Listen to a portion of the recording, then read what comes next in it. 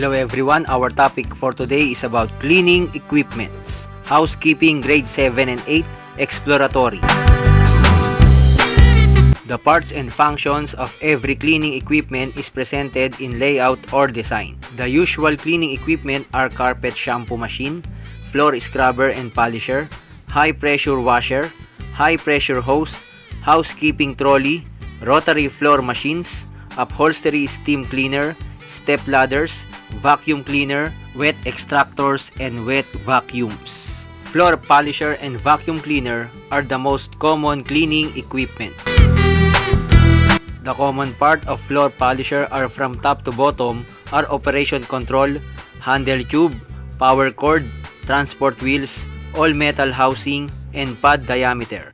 While the common part of the vacuum cleaner are power head switch, hose, filter cover, motor cover, motor, filter, bag, 120 volt electrical cord, driver belt, and beater bar.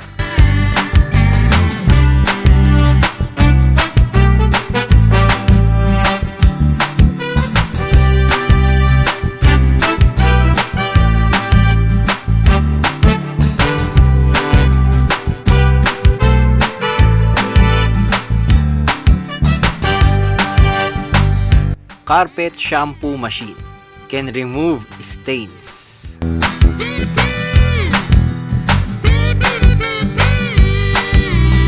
Floor polisher scrub polishes hard floor surf.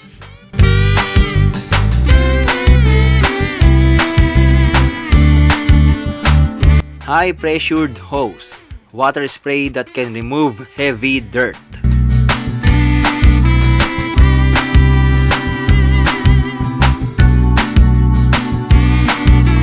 Housekeeping trolley carry all materials in cleaning rooms.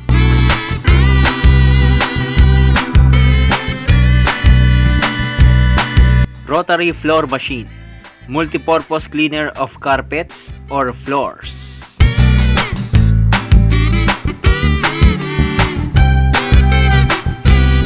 Upholstery steam cleaner can clean carpet and upholstery.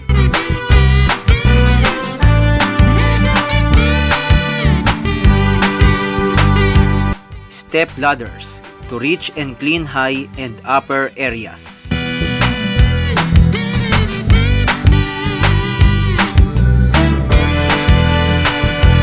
Vacuum cleaner can remove dusts and debris from floors.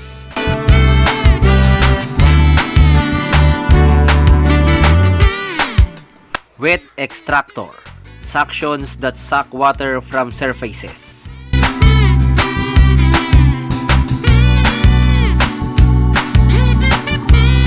And wet vacuum can absorb water and rinse dirt areas.